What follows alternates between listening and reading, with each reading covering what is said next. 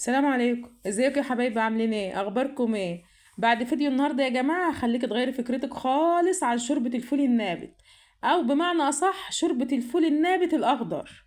انا عارفه ان ده مش موسمه ومش موجود دلوقت، بس انا كنت شايله شويه في الفريزر فبعمل منه. يلا بينا نعمله مع بعض. اول حاجه معايا راس توم، بفرمها ناعم واحط عليها شويه سمنه بلدي. السمنه البلدي بتديله نكهه حلوه قوي يا جماعه.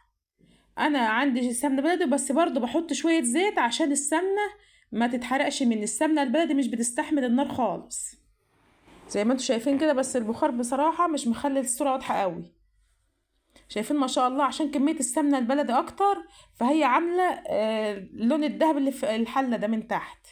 بس ده مش حرقان ولا حاجه، بس اما تحطي الصلصه اللون ده يتغير.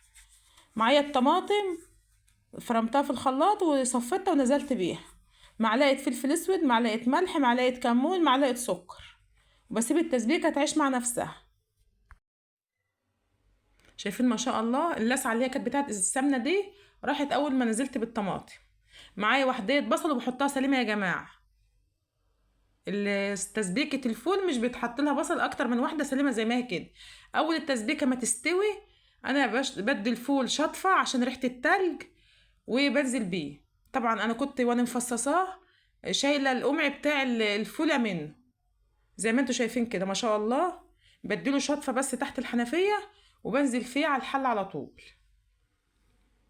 بنزل بيه بالصلصه عشان يتشوح.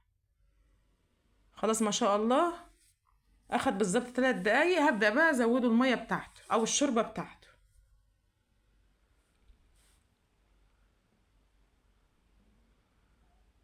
ما شاء الله الفول ده بيكون طعمه حلو قوي، جربيه بس.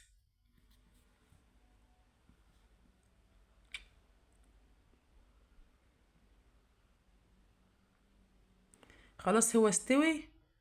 طبعا زي ما احنا عارفين كل بيت فيه الشخص الكائن الغريب اللي مش بيريح، فيه بياكل شوربة الفول وفيه مش بياكله. فانا هاخد شوية كده اعملهم فول مدمس. شوية فول بفرمهم في الخلاط وبعملهم على جنب لوحدهم طبقين كده من نفس الفول برضو اللي انا مسوياه. اهم حاجة فيه ان انا سقليه شوربة في الحلة التانية زي ما انتوا شايفين كده. ما شاء الله دي بيكون طعمه حلو ودي بيكون طعمه حلو جدا كمان. هعمل بقى شوية رز معمر جنبهم.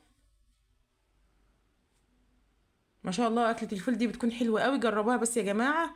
وأحسن ما فيه بصراحة شوربة الفول، بصرف النظر عن الفول المدمس خالص بيكون كويس وتمام وزي الفل. بس شوربة الفول دي بصراحة حلوة ومفيدة، ومفيدة جدا كمان. لو رحت لأي دكتور يقولك شوربة فول نابت. شايفين ما شاء الله ده الرز المعمر. أنا عاملاه النهاردة في براق زي ما انتوا شايفين كده. ما شاء الله ده كان غدانا النهارده. ادي الفول المدمس اللي انا عملته من نفس الفول اللي انا عاملاه، ودي شوربه الفول والمخلل. والحمد لله فضل ونعمه. ولو انت اول مره تشوفيني ما تنسنيش باللايك والشير والاشتراك يا جماعه، وحطوا اللايك. واشوفكم على خير فيديو جديد، وما تنسوش باللايك والشير. والسلام عليكم ورحمه الله وبركاته.